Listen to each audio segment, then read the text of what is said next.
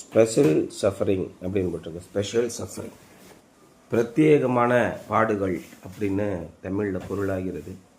என்ன சொல்கிறாங்கன்னா 2 கொரிந்தியர் 1ஆம் அதிகாரம் 9ஆம் வசனம் என்ன போட்டிருக்கு? நாங்கள் எங்கள் மேல் நம்பிக்கையாயிராமல் மரித்தோரை எழுப்புகிற தேவன் மேல் நம்பிக்கையாயிருக்கத்தக்கதாக மரணம் வரும் என்று எங்களுக்குள்ளே நிச்சயித்திருக்கிறோம். சில சூழ்நிலைகள் வரும்போது அதுலேருந்து எப்படி தப்பிக்கிறதுன்னு நமக்கு தெரியவே தெரியாது, சில பிரச்சனைகள். ஆனால் இதெல்லாம் அனுபவித்தவங்களுக்கு தான் தெரியும். சாதாரணமாக நம்ம பேசுகிறதையும் கேட்குறதையும் நினைக்கிறவங்க என்ன பண்ணுவாங்க? ஆமாம் ஆமாம் நீ கண்டினியூ அப்படின்னு சொல்லிகிட்டு இருப்பாங்க. பாடுகளும் கஷ்டங்களும் வரும்போது அந்த நேரத்தில் வயிற்று வலி வந்தால் தான் தெரியும் நமக்கு. அவனுக்கு வந்தால் தான் வயிற்று வலி என்னன்னு தெரியும். தலைவலியும் வயிற்று வலியும் தனக்கு வந்தால் தான் தெரியும் அப்படின்னு சொல்லி சொல்லுவாங்க. வயிற்று வலியா, அது சரியாயிடும், அது போங்க, நீங்கள் அதை பார்த்துக்கலாம். தலைவலி தானே, இதுக்குன்னா பிறகு ரொம்ப தான் அணைத்திக்கிறீங்க, தலைவலி பண்ணிட்டு ஒரு மருந்தை போட்டால் சரியாயிடும் அப்படின்னு சொல்லுவாங்க. அவங்களுக்கு வயது வந்தால் தான் தெரியும் அதோட பாடுகள் என்னென்னு. அடுத்த மனிதருடைய வலியை ஒரு மனிதன் புரிந்துக்கிட்டான்னா அவன் எல்லாரிடத்துலையும் அன்பாக இருப்பான். அடுத்த மனிதருடைய தோல்விகளையும் வலியையும் வேதனைகளையும் எவனாலெல்லாம் புரிஞ்சிக்க முடியும், அவன் மனித சிந்தனை உள்ளவனாகவே இருக்க மாட்டான், ஒரு மிருகமாக தான் இருப்பான். இதான் ரொம்ப அடிப்படையான விஷயம். அப்போ இந்த பாடுகள் நமக்கு வரும்போது அந்த பாடுகளிலிருந்து எப்படி தப்பிப்பது அப்படிங்கிறதான் பெரிய பிரச்சனை. அதில் தான் என்ன சொல்கிறாரு? நாங்கள் எங்கள் மேல் நம்பிக்கையாயிராமல், எங்களால் ஒன்றும் பண்ண முடியாதுங்க, கம்ப்ளீட்லி லாஸ்ட், அவ்வளோதான், இனிமேல் எங்களால் ஒன்றும் பண்ண முடியாது. ஒருவேளை தேவனுக்கு சித்தமானால் அவர் வெவ்வேறு வழியில் எங்களை காப்பாற்றுவாரோ என்னமோ தெரியாது. நாங்கள் கடவுளை தாங்க நம்பியிருக்கோம், நாங்கள் என்னங்க பண்ண முடியும், எங்கள் கையால் இனிமேல் ஒன்றும் பண்ண முடியாது, கடவுள் தான் எதாவது எங்களை காப்பாற்றணும் அப்படிங்கிற மாதிரி வசனத்தை தான் இங்கே அவர் சொல்கிறார். But this happen that we might not rely on ourselves but on God who raises the dead. In Greek language there are 10 basic words for suffering and Paul used 5 of them in this letter. Tamil மொழியில் பார்த்தீங்கன்னா ஒரு சொல்லை குறிப்பிடுவதற்கு வலியும்பாங்க, வேதனையும்பாங்க, நோவும்பாங்க, இப்படி வரிசையாக போய்கிட்டே இருக்கும். ஒரு சொல்லுக்கு பலவிதமான சொற்கள் உண்டு. அதான் மொழி நல்ல வளமான மொழி. அப்படின்னா ஒரு வினை சொல்லுக்கு பல்வேறு விதமான அர்த்தங்களை குறிக்கக்கூடிய ஒரே சொல் இருக்கும். அதே மாதிரி ஒரு சொல்லை, ஒரு செயலை குறிப்பதற்கு பல்வேறு விதமான சொற்கள் இருக்கும். இப்படி இருக்கிறது தான் மிகச்சிறந்த மொழி, அதான் செம்மொழி அப்படின்னு சொல்லி சொல்கிறாங்க. அதில் 5 மொழிகள் தான் உலகத்திலே செம்மொழி. கிரேக்கம், எபிரேயம், தமிழ், சீனம், இன்னொன்று என்னது, லத்தீன் கிடையாது, லத்தீன் கிரேக்கிலேருந்து வந்தது. அப்போ இந்த 5 மொழிகளில் அந்த எபிரேய மொழி அழிஞ்சு போச்சு, கிரேக்க மொழி இருக்குது, சீன மொழியும் அழிஞ்சு போச்சு, தமிழ் மொழி உயிரோடு இருக்குது. இந்த மாதிரி செழுமையான மொழிகளில் கிரேக்க மொழி ஒன்று. அதில் அடிப்படையாக வலியை பாடுகளை குறிப்பதற்கு 10 வார்த்தைகள் இருக்கான். அதில் பவுல் அந்த 10 வார்த்தைகளில் இந்த கடிதத்திலே 5 சொற்களை உபயோகிக்கிறார். Some sufferings were endured simply because we are human and subject to pain. சில கஷ்டங்கள் வருது அப்படின்னா நம்ம என்ன பண்ணுறோம்?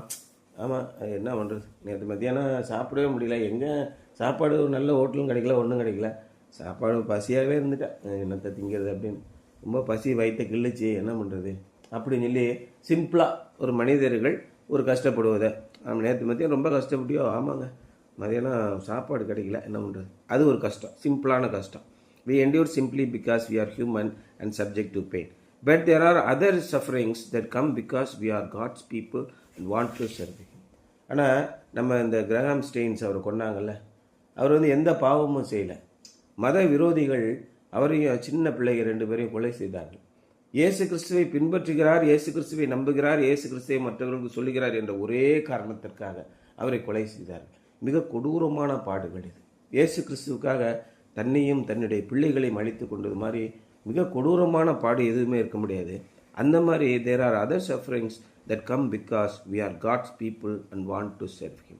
இறைவனை தொழுது கொண்டு அவருக்கென்று பணிவிடை செய்கிறார்கள் என்பதற்காகவே கொன்றார்கள். பிராமணர்கள் பல ஆயிரக்கணக்கான சமணர்களை சமண மதத்தை சேர்ந்தவர்களாக இருக்கிறார்கள் என்பதற்காக கழுவேற்றி கொண்டார்கள். கழுவுனா என்ன? ஒரு ஊசியான மரம் இருக்கும், அதில் பூரா விளக்கெண்ணெய் தடவி இருப்பாங்க, அதுக்கு மேலே ஏறி ஒரு மனுஷனை உட்கார வச்சிருது, அவனை ஆசனை வழியாக அந்த மரம் அப்படியே அவனை வலிக்கிட்டே போய் 2ஆக பிரிஞ்சிடும். அந்த மாதிரி கழுவேற்றி மிக கொடூரமான முறையில் பிராமணர்கள் கொன்றார்கள். சாதாரண ஆளுங்க கிடையாது. பிராமணிய எதிர்ப்பை, பிராமணர்களை, மனிதர்களை நம்ம எதிர்க்கக்கூடாது. பிராமணிய கோட்பாடு இருக்கு பத்தியா, மிக மோசமான கோட்பாடு.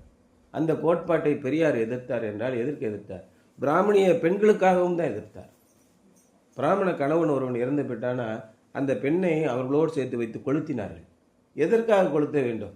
தனித்தனிப்பட்ட மனிதனுக்கு தனித்தனிப்பட்ட அபிலாஷைகள் உண்டு, தனித்தனிப்பட்ட வாழ்க்கை உண்டு, தனிப்பட்ட எண்ணங்கள் உண்டு, தனிப்பட்ட சிந்தனைகள் உண்டு. இவற்றையெல்லாம் பெரியார் சொன்னார். பிராமண பெண்களை காப்பாற்றுவதற்காகவும் பிராமண சமுதாயத்தை முன்னேற்றுவதற்காக தான் அவர் போராட்டம். அப்பேற்பட்ட காரியங்களை எதற்காக செய்தார்? அதற்காகத்தான் இன்றைக்கும் இந்த சங்கிகள் தான் பிராமணர்கள் எதுக்கு சங்கிகள் நம்ம பெரியாரை எதிர்க்கிறாங்க. பிராமணிய கோட்பாட்டையே தகர்த்தெறிந்தார். பிராமணர்களை அவர் சேர்த்து கொண்டார். நல்ல மனிதர்கள் ஆயிரக்கணக்கான பேர் இருக்காங்க, லட்சக்கணக்கான பேர் இருக்காங்க, பிராமண சமுதாயத்தில் இருக்காங்க. அவருடைய கோட்பாடு மிக மிக தவறான கோட்பாடு. இப்போ சங்கி சீமான் என்ன சொல்கிறான்? என்னுடைய கால் வலிமையாக இருந்தால்தான் நான் நிற்க முடியும். கால்னா யாரு? கீழ் சாதியினர், காலிலிருந்து பிறந்தவர்கள்னு பிராமணிய கோட்பாடு சொல்லுது. வர்ணாசிரம கோட்பாடு. காலிலிருந்து பிறந்த எஸ்சி எஸ்டி பிரிவினர் வலிமையாக இருக்க வேண்டும், அவர்கள் என் கால் போன்றவர்கள், அவர்கள் தலையில் ஏறி நான் நிற்பேன்கிறான் சீமான். சங்கி சீமான்னு இப்போ பேர் வச்சிருக்காங்க. இதெல்லாம் ஏன் அவர் சொன்னார் அப்படின்னா, மத கோட்பாடுகளை பின்பற்றுவதற்காகவே இந்த பிராமணிய கோட்பாடுகள் எதிர் மதத்தினரை கொள்கிறார்கள். அந்த மத கோட்பாடுகளை பின்பற்றுவதற்காகவே நாம் பாடுபடுறோம் இல்லையா, அது மிக கொடூரமான பாடு அப்படின்னு சொல்லி சொல்றாரு. We must never think that trouble is an accident. நமக்கு வரக்கூடிய துன்பங்கள், நமக்குரிய வரக்கூடிய பாடுகள் தற்செயலாக நடந்துருச்சு அப்படின்னு ஒரு காலத்திலையும் நினைக்காதீங்க. வரலாற்றை படித்து பாருங்க. சில முட்டாள்கள் சொல்றாங்க, கிறிஸ்தவ முட்டாள்கள், வரலாற்றை மறந்து விட வேண்டும், பழைய காலத்தில் அதெல்லாம் நடந்துச்சு, அதெல்லாம் ஏன் ஞாபகப்படுத்துற, பின்னானவைகளை மறந்து முன்னானவைகளை நாடி ஓடுன்னு முட்டாத்தனமாக பேசுகிறான். இது தவறு, மிகப்பெரிய தவறு. எதற்கு நம்ம ஒவ்வொரு வாரமும் கம்யூனியன் எதுக்கு நம்ம செய்கிறோம்? எதற்கு அப்பத்தியம் திராட்சை ரசத்தியம் எதற்கு நாம் பருகிறோம், சாப்பிடுகிறோம்? ஒவ்வொரு முறை நீங்கள் கூடி வரும்போதும் என்னுடைய மரணத்தை நினைவு கூறுங்கள் அப்படின்னு சொல்கிறார் இயேசு கிறிஸ்து. நான் செத்தது உங்களுக்காக தான் செத்தேன். 2000 வருஷம் ஆயிடுச்சு, மறந்துடுவோம் நினைக்காதீங்க, வரலாற்றை மறக்காதீங்க. பஸ்கா பண்டிகை எதுக்கு கொண்டாடினாங்க? பல 1000 ஆண்டுகளாக பஸ்கா பண்டிகை இன்னைக்கும் கொண்டாடுறாங்க. 4000 வருஷம் ஆயிடுச்சு. யூதர்கள் எதற்கு பஸ்கா பண்டிகை கொண்டாடுறாங்க? நாங்கள் எகிப்திலே அடிமைகளாக இருந்தோம், நாங்கள் ஒன்றுக்கும் லாயக்கில்லாத சாவுக்காக நாங்கள் நியமிக்கப்பட்டவர்களாக இருந்தோம், எங்களை ஒரு மகாசக்தி விடுவித்தது, நாங்கள் செங்கடலை 2ஆக பிளந்து வந்தோம், 40 ஆண்டுகளாக எங்களுடைய உடை அழுக்காகவில்லை, எங்களுடைய கால்கள் வீங்கவில்லை, எங்களுக்கு நோய்கள் வரவில்லை, 40 ஆண்டுகளாக அந்த சக்தி எங்களை வழிநடத்தி வந்தது. அதை நான் நினைவு கூறும்படியாக இன்றைக்கும் பஸ்கா பண்டிகை கொண்டாடுகிறார்கள். எதுக்கு பஸ்கா பண்டிகை? மறந்துட வேண்டியதானே, வரலாற்றை மறந்து விட வேண்டியதானே. சிலர் முட்டாள்கள் சொல்கிற மாதிரி செய்கிறாதீங்க. நமக்கு நடக்கும் பிரச்சனைகள் தற்செயலாக நடந்து விடவில்லை. For believers everything is a divine appointment. விசுவாசிகளுக்கு ஒவ்வொன்றும் தேவனால் நியமிக்கப்படும் காரியம். அவர் என்ன சொல்கிறாரு? இன்னைக்கு உபாகமம் 8ஆம் அதிகாரம் படிச்சுக்கிட்டு இருந்தேன். அது என்ன சொல்கிறாருன்னா, ஒன்று நடக்கிறது, உங்கள் வாழ்க்கையில் நடக்கிற அத்தனையும் என்னால் நடந்தது. நீங்கள் ஒன்றும் சம்பாதிக்கல, உங்கள் சுயமாய் நீங்கள் எதையும் செய்யவில்லை. ஆபிரகாம் சுயமாக எதையும் செய்யவில்லை. நான் உங்களை அழைத்து வந்தேன், நான் உங்களை பெயர் சொல்லி கூப்பிட்டு வந்தேன், நான் உங்களுக்கு சாப்பாடு போட்டேன், நான் உங்களுக்கு ஆசீர்வாதம் கொடுத்தேன், நான் உங்களுக்கு வீடு கொடுத்தேன், நான் உங்களுக்கு எல்லா விதமான செழிப்பையும் கொடுத்தேன். என்னை மறந்து விட்டு நானே என்னை உழைத்து சம்பாதித்தேன்னு ஒரு காலத்தில் நினச்சி கூடாத. 8ஆம் அதிகாரம் கடைசி வசனத்தை தான் சொல்லுது. ஒரு காலத்தில் மனசில் கூட நினச்சிக்கிறாத. நான் திறமைசாலி, நான் நல்லா படித்து மார்க் வாங்கிட்டுன்னு ஒரு நாளும் நினச்சிடாத. நாளைக்கு காலையில் உனக்கு சுகவீனப்பட என்ன பண்ணுவா நீ? நம்மளால் ஒன்றுமே பண்ண முடியாது. எல்லாம் தேவனால் நியமிக்கப்பட்ட file. For believers everything is a divine appointment. God encourages us in all our tribulations by teaching us from His word that it is He who permits trials to come. ஒவ்வொரு பாடுகளின் போதும் நம்முடைய வார்த்தைகளின் மூலமாக படாத பாடு நாம் படும்போது ஆண்டவர் நமக்கு சொல்லுகிறார், நான் சிலவற்றை அனுமதிக்கிறேன், நான் சிலவற்றை அனுமதிக்கவில்லை. அதான் சொல்றார் பவுல். தப்பி போவோம் என்ற நம்பிக்கையே இல்லாத அளவுக்கு நாங்கள் உங்களிடத்திலிருந்து விடைபெற்று போகலாம்னு நினைச்சிருந்தோம். ஆனால் ஆண்டவர் எங்களை காப்பாற்றினார். எங்களால் முடியல. மனித சக்திக்கு மிகுந்த சக்தியை நாங்கள் அனுபவித்தோம். மனித பலத்திற்கால் தாங்க முடியாத இதை தாண்டி நாங்கள் அனுபவித்தோம். ஆனால் அவருடைய அன்பு எங்களிடத்திலே பெருகி இருந்ததை நாங்கள் கண்ணால் கண்டோம். தேவனுக்கும் இறைவனுக்கும் நமக்கும் உள்ள உறவு இருக்குது அப்படின்னா பாடுகள் வந்தால் தான் தெரியும். அந்த பாடுகள் வருவதற்கு முன்பாக நீங்கள் உறுதியான விசுவாசத்தில் இருந்தீர்கள் என்றால் ஜெபத்திலே உண்மையுள்ளவர்களாயிருங்கள், ஜெபத்திலே உறுதியாய் தரித்திருங்கள்னு சொல்கிறார். எப்படி உறுதியாய் ஜெபத்திலே தரித்திருக்க முடியும்? ஆண்டவர் மீது நம்பிக்கை இருந்தால் தான் தரித்திருக்க முடியும். எப்படி நம்பிக்கை வரும்? அவர் மீது பயபக்தி இருந்தால் தான் வரும். ஆமாம், என்னை அதை 4 வசனத்தை படிச்சுட்டு எனக்கு தெரிஞ்சவங்க போவீங்க, கிறிஸ்தவனை பிறந்துட்டா சர்ச்சைக்கு போனால் அவ்வளோதான். இந்த கோட்பாடு தான் 90% கிறிஸ்தவர்களிடத்தில் இருக்கிறது. நம்ம ஐயத்தை போய் சொல்லி அவருக்கு காணிக்கை கொடுத்துட்டாருன்னா அவர் கையை தூக்கி தலையில் வச்சு ஜெபம் பண்ணிடுவார், நான் உருப்பிட்டுருவேன்னு நினைக்கிறாங்க நிறைய பேர். ஒரு நாளும் உருப்பிட மாட்டீங்க. மனிதர்களால் உங்களுக்கு விடுதலை வரவே வராது. என்னுடைய விடுதலையும் என்னுடைய ஆசீர்வாதமும் என்னுடைய வாழ்வும் என்னுடைய வளவும் ஆண்டவரிடத்திலேருந்தே வரும். அதான் ரொம்ப முக்கியமாக நீங்கள் கவனிக்க வேண்டியது. God encourages us in all our tribulation by teaching us from His word that it is He who permits trials to come. நமக்கு வருகிற சோதனைகள், நமக்கு வருகிற பாடுகள் எல்லாமே அவராலே வரும். நமக்கு ஏதாவது ஒரு குறைபாடு, ஏதாவது ஒரு வந்துச்சோ உடனே அவருடைய காலில் போய் விழுந்துருங்க. ஆண்டவரே என்னால் தாங்க முடியாது, நீங்கள் தான் வழி நடத்துங்க, நாங்கள் உங்களை தான் நம்பிக்கிட்டு இருக்கோம், நீர் தான் மகா சக்தி, மகா பரிசுத்தர், மகா நீதிபரர், நீர் எங்களை வழி நடத்துங்க, நான் ஏதோ தப்பு பண்ணிட்டேன் போல தெரியுது, ஏதோ சோதனை வந்துருச்சு, ஆண்டவரே என்னை காப்பாற்றுங்க. அப்படி போய் ஆண்டவருடைய பாதத்திலே சரணாகதி அடைந்து விடுங்கள். அப்படிதான் சொல்றாரு. He encourages us further by reminding us that He is in control of trials. எல்லாமே என்னுடைய கட்டுப்பாட்டில் இருக்கிறது என்பதை நம்மளுக்கு மறுபடியும் ஞாபகப்படுத்துவதற்காக அதை அனுமதிக்கிறார். அவர் தேவனிடத்தில் ஓடும்போது அவர் என்ன சொல்றார்? கோழி தன் குஞ்சுகளை கூட்டி சேர்ப்பது போல. இதெல்லாம் நீங்கள் பார்த்ததே கிடையாது, நாங்கள் கண்ணால் பார்த்துருக்கோம். எங்கள் வீட்டில் கோழிகள்லாம் அவ்வளோ இருக்கும். இந்த காகம் மேலே உட்காந்துருக்கோம், அங்கே ஒரு பருந்து ஒன்று பழகிட்டு இருக்கோம். இன்றைக்கி வானத்தில் வல்லூர் பறந்துச்சுன்னா கருடன் உடனே இப்படின்னு போட்டுக்கிறாங்கல்ல, நாங்கள் எப்படா அதை கள்ளக்குண்டி அடிப்பாங்கன்னு இருப்போம். ஏன்னா ஒரே அதை கோழி குஞ்சு தூக்கிட்டு போயிடும். அந்த நேரத்தில் கோழி குஞ்சுகளாம் ஒரு 10 அடி தூரத்தில் அங்கே ஒன்று மேய்ஞ்சிக்கிட்டு இருக்கோம். இந்த கழுகு எங்கே மேலே வருதோ உடனே இந்த கோழி என்ன அப்படின்னு கத்தும். அங்கேருந்து எவ்வளோ ஸ்பீடில் முடியுமோ அவ்வளோ ஸ்பீடாக கோழியை தூக்கி எல்லாம் பல்வேறு திசைகள்லேருந்து முடியாது. அப்படியே டக்குன்னு கையை விரித்து அப்படியே மறைச்சிடும் போது அந்த காகத்தால் பிடிக்க முடியாது. அப்படி கோழியோடு சேர்த்து பிடிச்சிச்சின்னா அந்த காகத்தோட மண்டையை பிடிச்சிட்டு 2 காலால் ஓங்கி ஒரு உத வரைக்குமாறு கழுத்தெல்லாம் கிழிஞ்சு போயிடும். அந்தளவு கடுமையான வேகத்தில் அந்த கோழி தாக்கும். இதெல்லாம் நாங்கள் கோழி வளர்த்ததுனால கண்கூடா தெரியும். இப்போ வரக்கூடிய கோழிகள்லாம் பிராய்லர் கோழி. பிராய்லர் கோழிக்கு எப்படி காப்பாற்றணும்னு தெரியாது, பிராய்லர் குஞ்சுகளுக்கு எப்படி தப்பிக்கணும்னு தெரியாது. அது ஏற்கனவே கூண்டுக்குள்ளே தானே இருக்குது. அதனால அதுக்கு தெரியாது, அந்த வாழ்க்கையை மறந்து போச்சு நமக்கு. அந்த மாதிரி எல்லா விதமான சூழல்களையும் நம்முடைய ஆண்டவர் தன்னுடைய கட்டுப்பாட்டிலே வைத்திருக்கிறார். இந்த நம்பிக்கை உங்களுக்கு இருந்துச்சுன்னா உங்களுடைய அனுபவம் பெருசாக இருக்கும், நீங்கள் மிகப்பெரிய அளவிலே வெற்றி பெறுவீர்கள். அதான் இங்கே சொல்கிறார். Paul was weighed down like a beast of burden with a load too heavy to bear. தாங்க முடியாத சுமையினாலே அப்படியே ரொம்ப தாங்க முடியாத ஒரு கழுதை மாதிரி, ஒரு மிருகம் மாதிரி அவரால் சுமை தாங்க முடியாத அளவுக்கு மிக கடுமையான சுமைகளை சுமந்தார். எதற்காக சுமந்தார்? இன்றைக்கு அவர் போட்ட அஸ்திபாரத்தின் மேலே உலகமெல்லாம் சபைகள் நிற்கின்றன. நான் கிறிஸ்துவுக்காக நான் அஸ்திபாரத்தை போடுகிறேன், மேலே நீங்கள் மாளிகையாக இசைந்து எழும்பி வாருங்கள், உங்களுக்கான ஆசீர்வாதம் கிடைக்கும். இன்றைக்கி பவுல் எல்லாம் அடித்தளம் போட்டார். எல்லாரும் சர்ச்சில் எதை பார்க்குறாங்க? மேலே இருக்க சிலுவையை மட்டும் பார்ப்போம். அந்த சர்ச்சை எப்படி உருவானது, அதில் இருக்க கல்வெட்டுகள் எப்படி இருக்குது? தூக்கிண்டே குப்பையில் போட்டானோ? பரிசுத்தவான்களுடைய கல்லறைகளையும் கல்வெட்டுகளையும் எங்கே போட்டானோ? குப்பையில் போட்டான். ஒருத்தன் கூட அதை ஞாபகப்படுத்துகிறே இல்லை. பவுல் என்னென்ன விதமாக அவ்வளோ தூரம் கஷ்டப்பட்டார், அதை யாரும் சிந்தித்து பார்த்தோம்னா ரொம்ப கொடுமையாக இருக்கும். பவுல் மிகப்பெரிய பரிசுத்தவானாய் வாழ்ந்தார், பவுல் அநேகரை தேவனுக்குள் வழிநிறுத்தினார், அது மட்டும்தான் தெரியும். அவர் பட்ட பாடுகள் அவளால் சுமக்க முடியாத அளவுக்கு கொடூரமாக இருந்தது. But God knew just how much Paul could take and he kept the situation under control. எவ்வளவு அதிகமாக பவுலால் தாங்க முடியும் என்பது ஆண்டவருக்கு தெரிந்திருந்தது.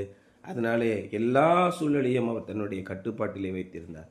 We do not know what the specific trouble was, but it was great enough to make Paul think he was going to die.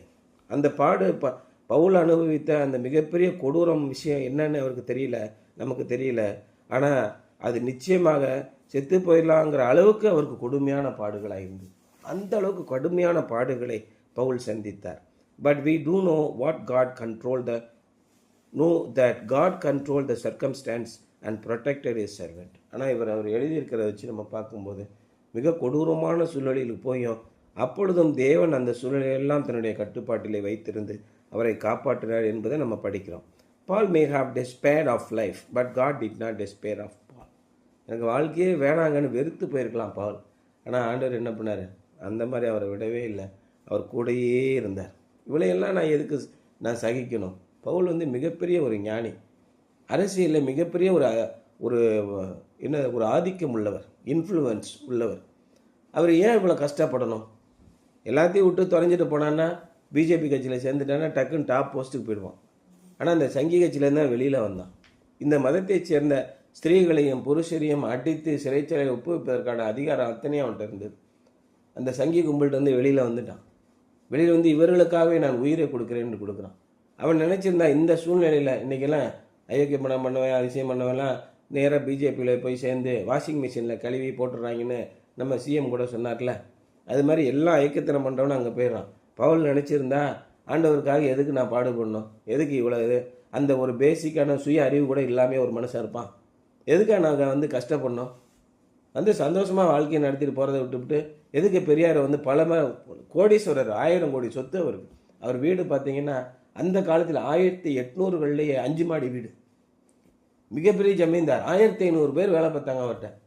லட்சக்கணக்கான acre நிலம் அவருக்கு. எல்லாத்தையும் விட்டு ஏழை எளிய மக்களுக்காக சமுதாயத்தில் இருக்கிற ஒடுக்குமுறைகளை அடக்க வேண்டும், இந்த வர்ணாசிரம கொள்கைகளை தகர்த்தெறிய வேண்டும் அவர் வந்தார். ஏன் அதெல்லாம் செய்யணும்? அவர் பாட்டு சந்தோஷமாக இருந்துட்டு போயிருக்காங்களா? என்ன குறை அவருக்கு? எத்தனை பேர் ஜில்லா கலெக்டர்லேருந்து எல்லா பேரும் இவர்கிட்ட அடிமையாக இருந்தாங்க.